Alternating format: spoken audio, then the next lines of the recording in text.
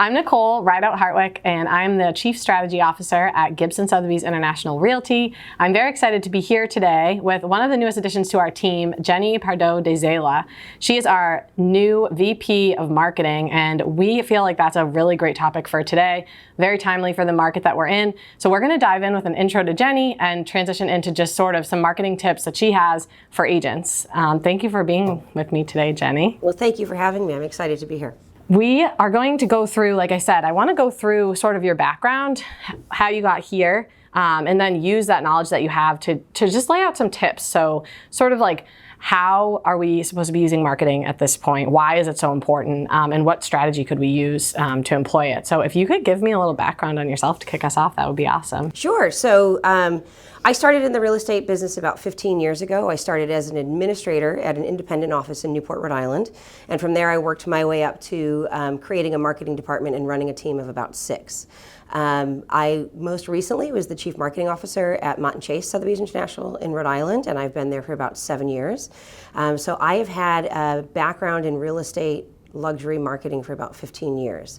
I do actually come from a family of real estate in a kind of a sideways way. I have aunts that have participated in real estate over the years. My cousin is currently an appraiser, and so it's always been part of family discussions and around the Thanksgiving table and whatnot. So it's just always been there. That's awesome. And you had mentioned coming up through luxury real estate, and I think right now what's so interesting is I do believe that the true professionals are going to rise, right, with this market, and that's important to have that luxury background.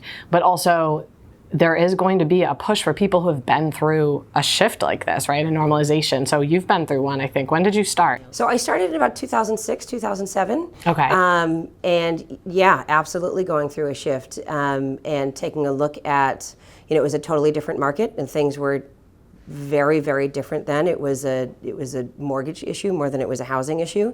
But I will tell you, the company that I was with taught me one of my first great lessons, which was really, you can't back off. And to just really stick with the basics and to do what works. That was really, I think you kind of covered what attracted you to real estate, but I don't know if you had anything to add to that.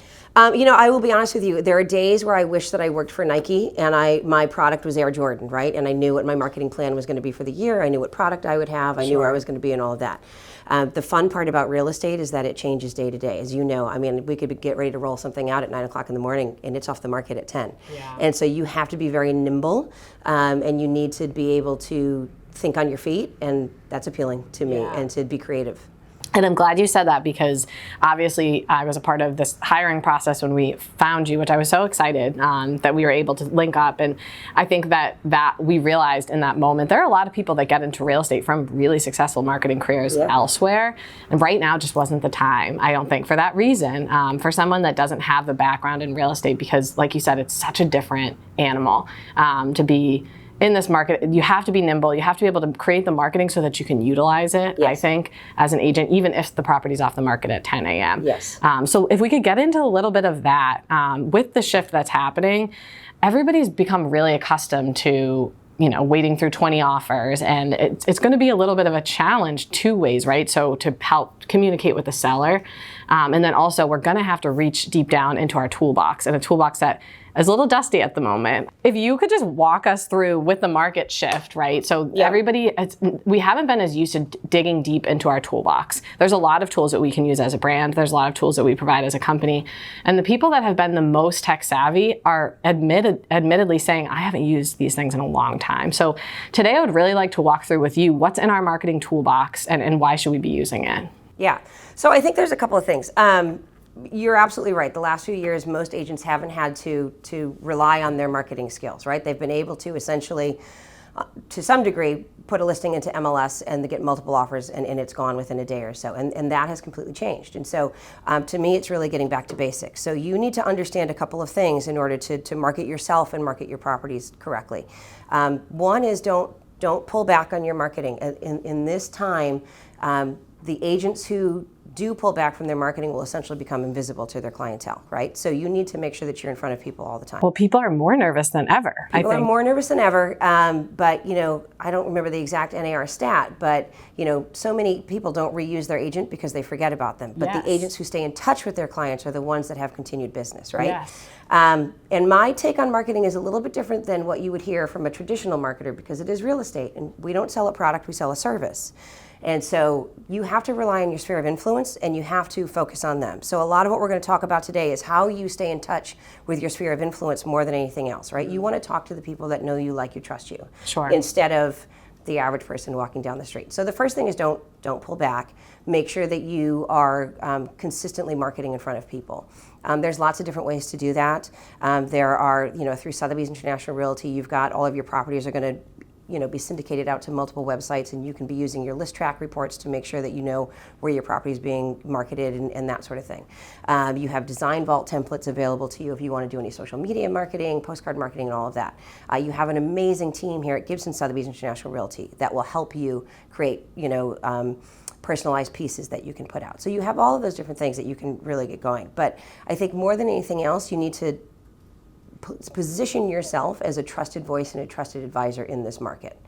You need to make sure that when you're talking to your clients that you have the facts. There's going to be a lot of confusion in this market and a lot of competing and juxtaposed headlines. So you need to be able to make sure that you have the information and that you're presenting the correct information to your clients. Sure. And you can do that in a multitude of ways. Mm-hmm. When you become that expert, there is that flight towards quality as well. And clients will reach out to you because you are their trusted expert in the market, There's a reason that people have favorite newscasters. We were talking about that earlier today, right? I think a lot of people of a certain generation will refer to like Walter Cronkite, right? Like everybody knew who he was and he was the voice of reason. You want to position yourself as that person. Sure. And then the other piece with marketing is there's the rule of 7 in marketing, which essentially says that you need to be in front of somebody at least 7 times for them to remember or interact with your brand. That's a traditional rule in marketing. I would argue that it's even more than that now because we're bombarded with so much information day to day. When you look at your phone and you've got all sorts of things that you're scrolling through, you probably need to be in front of somebody 20 different times before they remember your name and your brand. And so if you're assuming that because you did a deal with your clients 5 years ago that they're going to remember you, but you haven't reached out to them in one way or another, chances are you're going to lose that business. So right now, marketing is more important than ever. Yeah, no, for sure. And I think I'm actually someone that just went through like the home search process. So it was really interesting for me to be on the other side. And I mean, this is just my opinion and not something we discussed ahead of time, but I think you can do those things, but I think really important to be, like you said, presenting real things that are helping people. And I think the thing is sometimes we lean on those types of obvious things, right? We're like, okay, well, how do I keep in touch? Like rule of 7, how do I just make one touch? But there's also really obvious things that you might feel are obvious that are not obvious to the client. And I think that's really what we need to think a lot about, especially for seasoned professionals. I know lately we've had a couple lenders in and things like that, talking about ARMs, talking about 3-2-1 buy downs, things like that. And seasoned people who have been through multiple shifts, they're like, well, that's like foreign at this point. So it's really interesting when you think something might be obvious to do all the things you just said, use all of these tools to get out those messages that you think are obvious, but they're not. They're not front of mind. And I think that if we can use those things, it's education, really, and the steady hand, like you said. But I think that really what I do see is that I'm guilty of it with our agents, right? And with things like what we're talking about today. Oh, everybody must know about that tool. Well, they don't, right? We have to, it's our job to get out in front of them. So if you kind of think about it that way, I think there's a lot of valuable information that agents have that they could use to touch their sphere that they just don't realize because to them it's an everyday obvious thing. So it's just something to think about for sure. Well, but to your point, a lot of times when I talk to real estate agents, I accuse them of speaking in realtorese to themselves and to their friends and not describing it to their clients. And the agents that will go through and will explain what is a home warranty, what is a pre-inspection, and they take the time and they actually use that in their marketing, become more trusted, right? What you know is part of your day, right? And so you're the one that they look to for that. Yeah. I think when you have that opportunity to present that information in an educational way, in a personal way, you have the opportunity to set yourself apart. I think advisor too, and because when you look at like your financial advisor, you expect to hear from your financial advisor for a review every year at least, right? Sure. And I think for a long time, real estate was seen as, and again, this might feel like something that's obvious, but it was seen as something that happens so infrequently. It's not that infrequent anymore at all. There's a lot of people who want to get into investing, and there's a lot of people who are interested in different aspects of it. And I think that we almost need to think about that, like a yearly review. Let's talk about the properties. Let's just put it out there. And if someone isn't interested in making a shift, that's okay. But I think that we almost need to just think that frequency is a little bit easier. I think that's the hurdle that people have to get over is it's hard to be in touch frequently with valuable information when you can boil it down to simple information is valuable. Correct. I think that's what I'm trying to get across. So yeah, no, I love, and all the tools we talked about. So I guess that leads us right into how. How do we do that? How do we use these tools that we're talking about? Well, I think the first thing to remember is that you really don't have a product to sell except yourself, right? So you're a service industry, and you need to figure out your messaging around that. And I think, take your real estate agent hat off for a moment and put on your client hat. When you go up to a cocktail party, what do people ask you? What is the first thing that they ask you? How's the market? Yeah, all of those questions. So your marketing should answer those questions. Right. I guarantee you nobody walks up to you and says, so are you number one in your market? Right. What's your market share? Your clients that are working with you, while it may be important in a listing presentation a little further down the road, that's not really their first question when they're meeting you at a cocktail party. Yeah. So many agents use that as their first interface with their clients, with their marketing. And to me, that just seems a little self-serving, and it doesn't really hit with the client. So I would say, kind of figure out what your messaging is, and your messaging should be based around your clients. Now, each market may have different messaging. If you have a niche market, that may play into it. But really kind of figuring out that market, what's important to your clients, and establishing your messaging around that. Not a surprise. No. Budget. You got to figure out your budget, right? What are you going to plan for the year?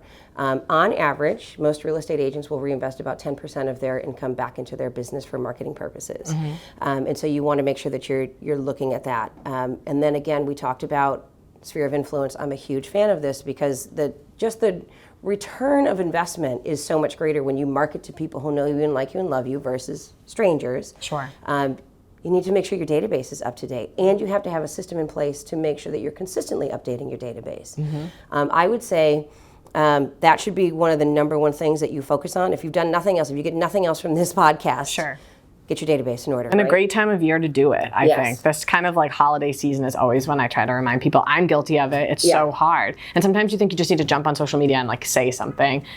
It really is more important to get your database organized. And and I would say if you want to be advanced and take like marketing 501 kind of thing, segment your database. Put them in buckets. Can you figure out, I've got sellers and buyers versus first-time home buyers versus luxury homeowners with an oceanfront property, versus homeowners that have properties around the globe. The more that you can segment and bucket, the more you can drill down on that marketing, and the more personalized it is, and the better return on investment.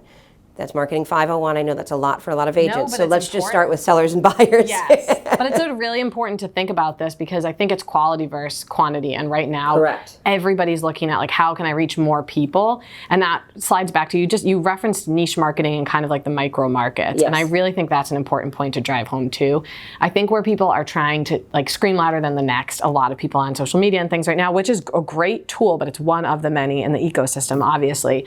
And I think we're overlooking sometimes the micro markets, especially now. I think COVID, how accelerated the change was with COVID has made this normalization, this market shift, a really interesting one. It feels like the markets are all even more niche than they've ever been. Right. And that is something, again, with the obvious, right? You might have your one or two towns that you really know really well, and everyone in those towns, that's all they care about. I mean, I know Colleen's been saying, and a lot of people have been saying, there's no national real estate market. There is just your micro market. There's the markets that you serve, and you have to be able to speak to those, and you can, right? They can. It's just focusing in. So I think that all just kind of ties back. I was listening to you talk thinking that's just a really good point to drive home, and it ties back to segmenting your database. Might feel like a lot, but even if you just did 2 segments beyond seller and buyer, right? If you just did your specific town and you could speak to that, because you don't want to cast a wide net and be sort of just talking in generalities to people, because then they start to not hear you, right? Because you're not saying something that's useful to them. So I think that's a point I really wanted to drive home, which I loved from what the notes you had sent over prior to, is just like,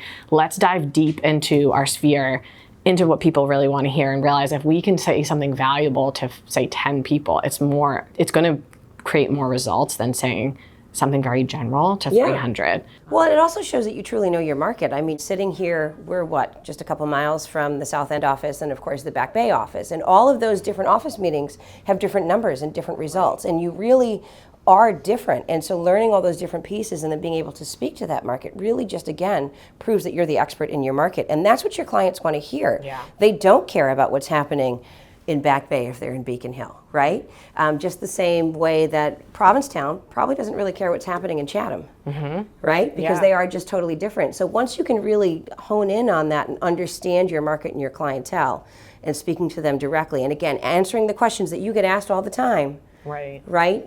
That's going to set you apart. I love that. And I think the big thing to kind of pull out of that whole section of how are we using these tools is let's not stress over social media. I just want to drive that home. Yes. Social media is great. It's a very fantastic tool and it's something that should be in the middle of all of this. But I love that we're just driving down on quality because I think that feels like less sexy in the moment, but it drives results very well. So you don't have to be overwhelmed with the tips that you're giving today. And that's what I want people to take out of this is like, doing your database, doing these small little steps are going to get you so much further than worrying about making sure you're posting every single day about something general that it's it's good to be front of mind, but just that's a consistent piece that you can just turn on and we could get into that. But thank you. That was all really helpful. And I guess pulling out now, so we're saying niche down, but pulling out like just a general marketing perspective, what do you believe that everyone in the industry should be working toward at this moment, right? From a general marketing perspective. I think, you hear it all the time, but I think sometimes it's hard for people to understand. When you're in a real estate sales associate, you have your own business. You are the CEO, CFO, and CMO of your own business, right? And there's a reason that I'm here at Gibson, Sotheby's International Realty, and that's to make sure that we have a strategic marketing plan for the year. And I would highly recommend that you do that as an agent, that you look at creating what I would call a multi-channel marketing plan, which means if I've got to hit people 7 different ways, I can't count that they're going to be on social media every time. So I need a strategic plan in how I'm going to get in front of them throughout the day, throughout the week, throughout the year. And I suggest a digital-first strategy. First of all, it is extremely budget-friendly. And then the other piece of it is that most people are spending the majority of their time on digital platforms, right? So we just attended the Sotheby's International Realty Leadership Forum in Scottsdale, Arizona, which was fantastic. And Brad Nelson, who's the CMO of Sotheby's International Realty, pulled out a really great stat. And he had a graph. And basically it said that the minutes per day where adults are spending their time. And a combined 15 minutes on magazines and newspaper, 15 minutes per day, and 470 minutes a day on digital. So that's where you want to spend your time. If that's where your clients are, that's where you go, right? Like they build it, they will come, right? And so when you're looking at digital, you're looking at obviously social media. Email marketing is the unsung hero. I have heard more agents say to me over and over again, I don't want to bombard my clients. I don't want to be intrusive.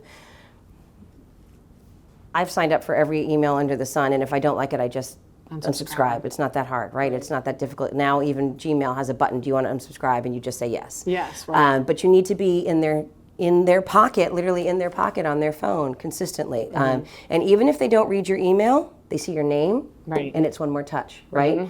I think face-to-face is something that you just cannot compete with. It has been lost over COVID, certainly. There's a reason that you and I are sitting down here today instead of trying to do this on Zoom. We can read each other's body language and understand each other.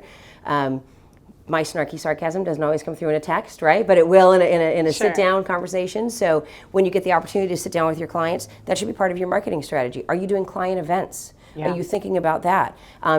Does that mean that you're just doing, hey, can you meet for coffee one day? Or are you doing a big party? Whatever it is, whatever works within your budget. And then I do think that print does have a place. There are still white papers that come out every single year that say your high net worth individuals still read print. They're not in every print, but they read the big ones. They read the Wall Street Journal. They read Financial Times. They like some of their glossy magazines, right? Depending on where you are and what your market, you may want to look at your local print. There are some markets that it is the absolute go-to news resource. And if that's the case, then check that out. Otherwise, you should think about direct mail, And again, don't target everybody. Just your sphere of influence. If you just have 100 people that you target once a month with a postcard, it's one more way to get in front of them. So multi-channel, meaning social, email, print, and face-to-face. Yeah. No, I love that you walked us through that. And what I think is really interesting is when you joined, I had a few questions that were just very honest about what does Jeni do? Because I am seeing, right, so I was in the marketing department 10 plus years ago, and it was we were 2 or 3 offices, and we're all in one place, and we were cranking out postcards and copy. And I think that we've transitioned, and we have people that have been with us this whole entire ride. And right now, the strategy is so important. And I think that this answers really well what you are doing. I mean, obviously, you're doing like helping with all of the marketing, you have a fantastic team that's doing so much, and everything is just as important. But right now, strategy for our company and for the agents and for the entire industry is so critical. It's not. So I think for the last 5 or 10 years, we've almost lost that. Because the strategy wasn't so mission critical. I mean, like you said, the things were just selling. So you walking us through that just shows, I was really impressed with your forethought. You have the ability to look at, 2023, what are we going to do? What is the budget? How are we getting this done? How are we hitting different people?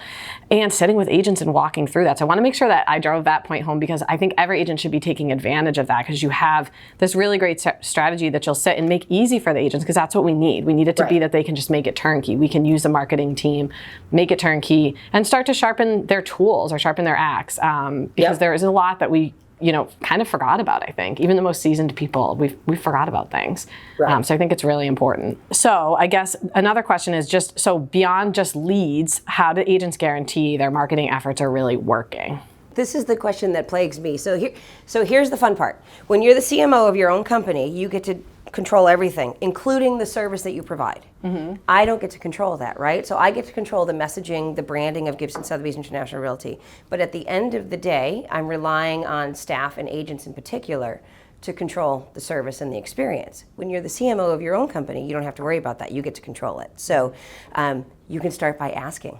It's a simple question. How did you hear about me? Sure. Right? If it's somebody that you're part of your sphere of influence that you're consistently targeting, you can absolutely watch that. If you're using digital, you can track it. All of your digital has analytics. That's the nice part about that digital first strategy. You can look at your website analytics, you can look at email open rates, you can look at social media analytics, and you can see what kind of reactions you're getting. But you do want to keep track of, just like any business would have, whatever your CRM is that you're using, to keep track of how people are getting in touch with you and where those phone calls and leads are coming from. More than anything else, I think one of the greatest things that you can hear is, and you're not always going to hear marketing, right? Very rarely is somebody going to say to you, I came in because of your ad, right? When you think about marketing, you're looking for that experience and that consistent experience, right? And this is not a luxury example, but just bear with me for a second. Yeah. You have a young child, and I know that you feed him very healthy, but my guess is that in a couple of years, he's going to understand what the golden arches mean. And the golden arches typically mean chicken nuggets, right? Well, for most children around the country, golden arches mean chicken nuggets before they can read. Okay? It's a consistent experience. Mm-hmm. And that's what you're looking for. McDonald's still advertises. They don't advertise for anything other than top of mind. You don't walk into McDonald's and go, I wasn't going to come in here today, but I saw your ad. Right. It's just that consistent messaging over and over and over again. And children know it. They understand that it's chicken nuggets, right? Yeah. Again, consistent experience. Mm-hmm. It's going to come out quick. It's going to be a price point that I'm used to all the time. So when you're looking at your marketing and is it driving any business your way? Right. Are you staying true to your messaging? Right. Are you delivering your consistent experience that you're talking about? Do you have testimonials that can back that up? Are you using that in your marketing?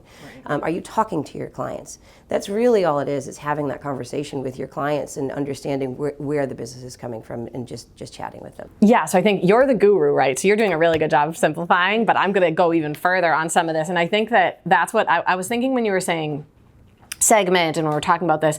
It's so funny because some of this might overwhelm people, but what is one of the biggest parts of marketing and being like getting yourself out there is your community, right? That's a part of the niching down or like making your message consistent. All of these things, they sound probably overwhelming. Someone's like, oh my God. Like if you're taking notes, it's not. What it really is making your messaging consistent is you being you. Yes. So if you're consistent to yourself, that's great. in your community, even better. And when you're showing up now, we're back, right? Like, it was really difficult for a long time to show up. We had to find different ways like this. I mean, in the spirit of collaboration, I wanted to put this together to try to connect everybody further. I think that you've been doing such a good job of getting into the offices, but again, it's almost like multi-channel, right? We want you to be front of mind for people, for them to know that they can tap you and feel like they get to know you, but that doesn't mean you're not in the offices all the time. So it's a good example just to try to like boil it down for people, but we don't have to be overwhelmed necessarily. Like, let's think about niche as our community. Let's think about consistency as just being authentic to yourself, and people like you, that's why they're working with you. And then some of these things, yeah, they might be a little bit of a hurdle, things that you could, but some of them are simple too. So I wanted to just sort of like tie the bow around that like the community is really a big piece of this. And if people can get involved, that's great. I have a question about sellers. So talk me through, right? So I'm an agent and I've been doing what I've been doing for the last couple of years, and everything's been going relatively quickly. Now things are going to stay on the market a bit longer. And that's what we're seeing. We're not seeing, I mean, knock on wood, we're not seeing massive price changes. I mean, that's really what happened in the city during COVID. It was days on market that extended. Sure. But days on market can sometimes be dollar signs for us and for the agent because it's more marketing that's needed. So like, maybe you could walk me through that strategy twofold. How does the agent do all of these things, use all of these tools, but maybe spread them out so it doesn't get as expensive? And how do we talk to the seller about doing that, right? Because the sellers might be really nervous right now. We need to do everything, and we need to watch that budget, and we need to use it wisely, obviously. Right. Well, I think a couple of things. I think you only have one opportunity to make a first impression. So, the first thing is make sure your property is completely staged properly and photographed, right? Gibson, Sotheby's International Realty has a reputation for quality, so that's not a major concern here. For some other firms, it might be, so like the obvious, no iPhone photos. Sure. Just the obvious. Launch is critical. Yeah, launch is critical. So I would definitely say, make sure, that's step one. Make sure that is everywhere it needs to be. Double check your work. And what I mean by that is, we have really great systems set up, and so that when your property is entered into MLS, it then feeds to multiple websites. But it is just zeros and ones talking to each other. It's computers talking to each other, and gremlins happen. So your job as the real estate agent is to make sure that your property is properly presented on all of the major websites. And when I say major, I'm talking really about, kind of like the big three: Gibson, Sotheby's International Realty, Sotheby's International Realty, Zillow, of course, and I would say Realtor.com. And then if there's a particular one that your client is interested in, make sure that property is presented well there. The nice part is that part of your association with Sotheby's International Realty is that it's also going to filter out to major national and international websites and some news websites. So that heavy lift is done for you, but you need to make sure that it looks correct, right? So let's start there. I think when we start looking at then how do you create, that's the big one, right? Timing is key when you launch a property online. You don't want to launch a property on a Friday or a Saturday because you're going to lose that opportunity. As much as everything is in an instant world nowadays, it still does take some time for things to feed through. And if there are any glitches, you want to make sure that that's nipped in the bud prior to, right? So I always recommend like a Tuesday or Wednesday launch. Okay. And that way, if you've got anything, it should be fixed by the weekend. Sure. And people are searching, right? So that's part of it. You definitely want to include an email campaign. You want to hit up your sphere of influence. If we're talking budgeting, all that is elbow grease, and that's putting together your database, right? Gibson, Sotheby's International Realty already has the platform for you. You just need to make sure that your database is up to date, and you work with UOMC, Office Marketing Coordinator, if you don't know who that is, to make sure that goes out in a timely fashion. You can also work with the marketing team to get social media up and running. If it's a special property, we can certainly highlight it and get all of those pieces out there. So I think as you're looking at it, that launch is huge. Now, as it starts to sit, now we may need to look at, okay, what's going on, right? From a clearly marketing perspective, change your photos. I know it sounds crazy, but change your photos. If you have a twilight photo, it should be your lead photo. The stats are, Realtor.com did a study years ago, and then the number one photo that gets clicked on is a twilight photo, time and time again. People just like them. So if you have one, use it. If you don't have one, let's get one. Switching up photos can make a change there. I'm assuming we're talking no price reductions here, right? We're not going there. We're not going there. That's a different one. And then you can also look at if that property does need some more exposure, if it needs some advertising to go along with it, if it's just not getting the traction.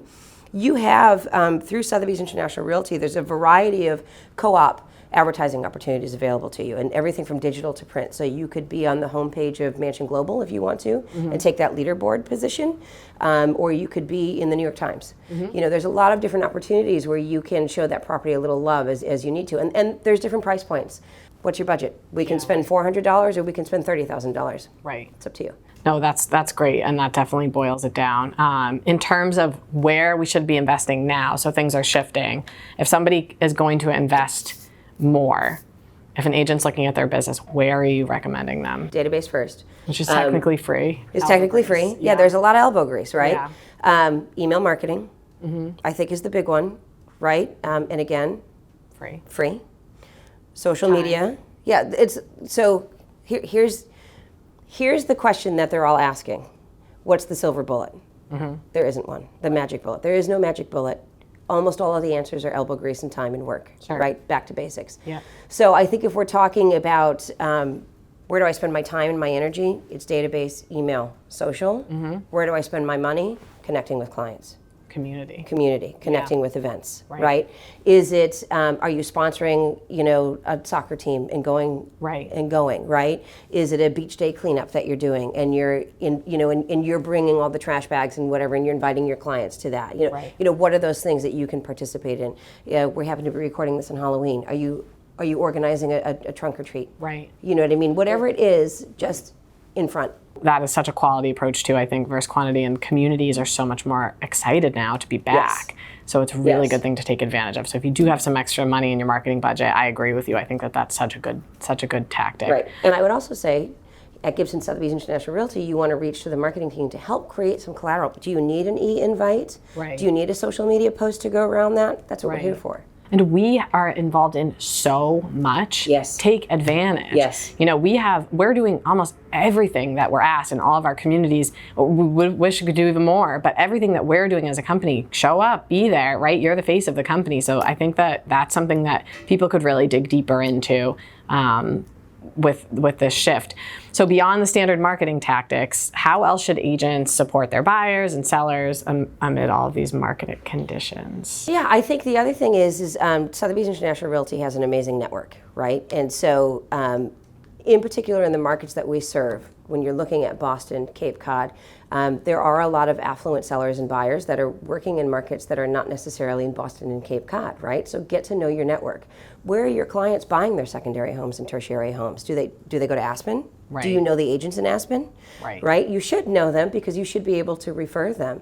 Can you support them at that level? You know, really the network is a huge piece. So I would make sure that you are understanding who those agents are. And then once you have that relationship, it's really easy to pick up the phone.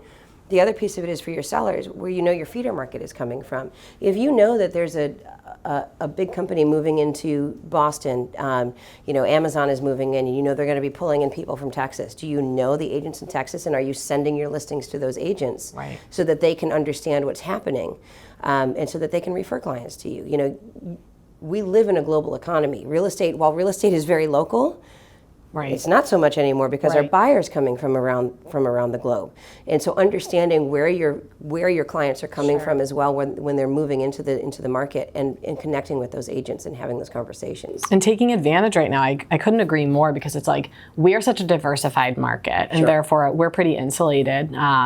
We have been through different marketing shifts. And right now, what most real estate professionals are doing, especially that have been through shifts before, they're looking, where's the money going, right? Where is it going to stay consistent? And this is Boston, you know, the Boston area, Massachusetts, is a pretty consistent market. We're a place that people are going to want to get to know someone. They're going to want to know, how do I plug in there if my market, you know, just has one thing and that thing's not going well. So it is a really important time to dig into your network for sure. I think that goes back to segmenting. That was what had popped into my head when you were talking about segmenting. Is there's one agent in particular I can still remember, and you know what, she's a friend of mine and I would always refer to her, but she used the phone, which was great, but way too frequently. She was out in Colorado, and also I'm on her email list, but again, the cadence is too frequent and I'm getting information that isn't useful to me. Is she a friend of mine? Yes. Is she great? Yes. Would I use her? Probably, if I had someone to send out that way. So it's not necessarily a bad thing, but I wanted to kind of boil down that segmentation that you had referred to. If you have someone that you think might be a great resource for you, but you're like, you know what, this person lives on the other side of the country, they probably don't need to get my listings every single week.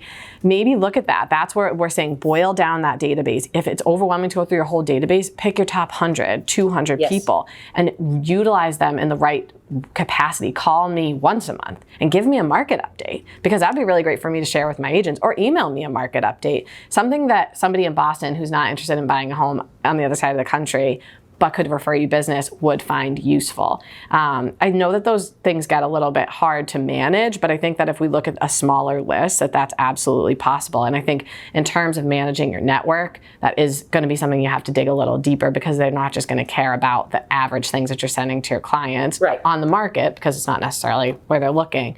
And that's free too. I mean, we have the relocation referral department. They'll help everybody plug in, and having those, you find we have a lot of success stories, especially with the high-end market, because those buyers aren't necessarily on the market, right? We acquired a company on the South Shore. It's one of my favorite stories. And we automatically put, I think it was a Wall Street Journal, I believe, or else it was a New York Times. We automatically put that listing that had been sitting for a long time, that was a very expensive, I believe it was one of the most expensive homes in the town it sold, or the most expensive at the time, into the Wall Street Journal. And somebody saw it in New York and ended up coming and buying it. Now, he wasn't on the market for it. It was an expensive home that he didn't know was out there. These people aren't necessarily searching. So those things are good to think about too. Calling your sphere when you have something that you need to move.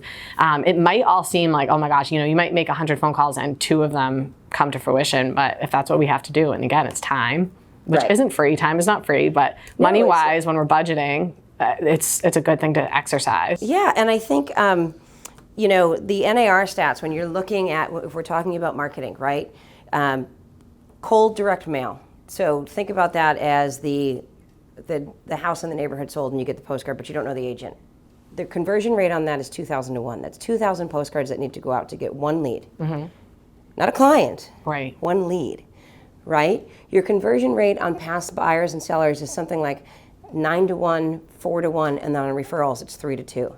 It's just simple math. If the business is coming from your sphere, why aren't you focusing on that? Right. When you were talking about the different things about the market that you serve, I was thinking about that agent in Aspen, what have you. Like, I would like an email describing to me the difference between the South End and South Boston. Please tell me. Yeah. Oh my gosh. I think everyone should get that email, because they're all confused. But what makes it different? What makes your community different? Yeah. And why is it important, right? And to your point, yes, the relocation referral department, they have that really great guide, near and far, right? Yeah. Near and far. And they've already broken everything down for you. Yeah. It's got so much great information that you could take that and really highlight it and share it with your sphere. There's a great opportunity there. And agents want to know, right? They want to know.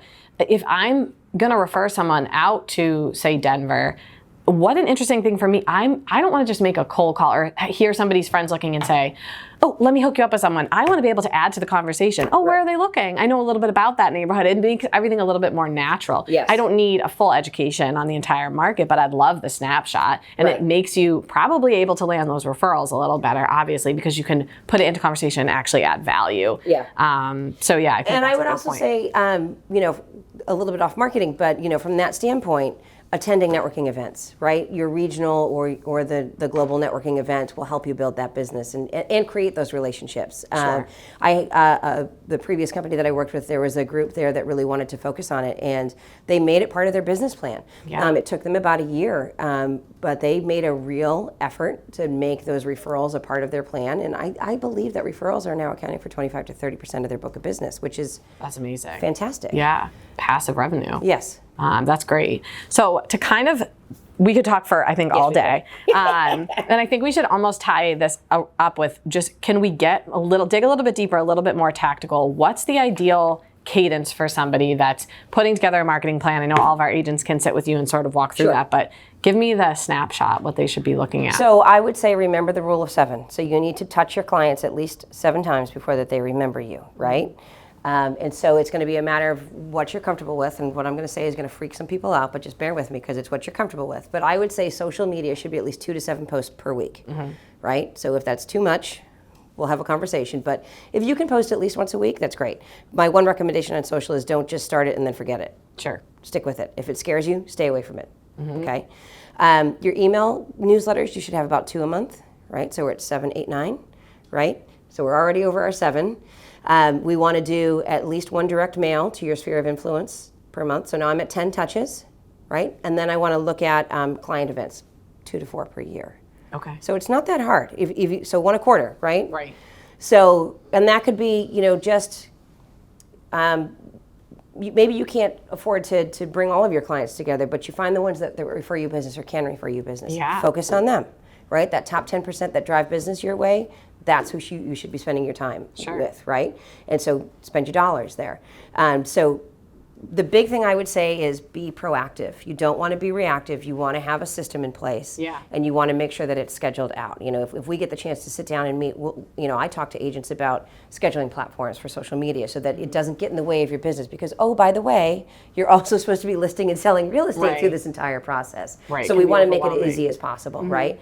And if there's a quote, I can't remember who says it right now, but basically it's control your calendar before somebody else does. Sure. You should right now be looking at 2023 and looking at your marketing and how you're going to schedule that out and plan that out and what's manageable for you. Yeah, no, I think, and it does sound overwhelming, but almost to dive a little deeper and give a quick example, I was thinking as you were talking, social media, 2 to 7 posts per week. I would even count stories, right? And Absolutely. I think thinking about social media, meaning stories on Instagram, stories on Facebook, thinking about social media, I think is important. No, we don't all need to know the joke that everyone hears what you're having for breakfast, things like that.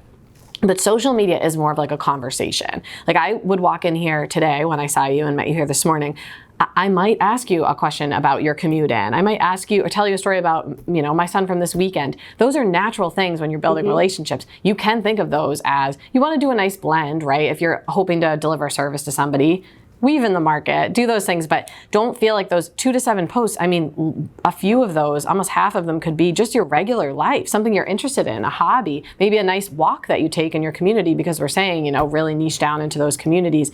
Those can be pretty simple. And my suggestion is put it on your calendar, like you said, put it on your calendar as look at your week, plan them, and put it on your calendar as time that doesn't get booked so that you just do it. That's what I have to do. And then email marketing, 1 to 2 per month. The newsletter, yes, first of all, we have the newsletter canned. You can just use it. It's done, just opt in. But you also might want to think about the fact that you probably want to have something going on 1 to 2 times a month, right? Something that you can say just sold or just listed or whatever it might be. That's very doable and something, again, that you can time block for. We do have the canned newsletters and it takes not a lot of time to go through it and maybe add your own articles, add your own listings. Those are done for you. Well, the nice part is that you can reach to your OMC who will help you. You don't have to do it on your own. Right. Yeah, they'll sit with you. And then client events, again, sounds overwhelming if you shot for 2 per year. But I liked what you said. Maybe it's inviting a few people. I know we have an agent, Madeline Cantor. I always give her a shout out. She does housewarming parties that are incredible and you could count those, right? And maybe you don't do one every single time. Maybe you shoot to do 2 a year. But she goes and she doesn't stay for long, but she hosts really. She brings the food, things like that, and she hangs for a bit. If she's good friends, she'll stay the whole time, but it's a really nice way to touch your sphere and really remind them. And the direct mail 1 per month we do that.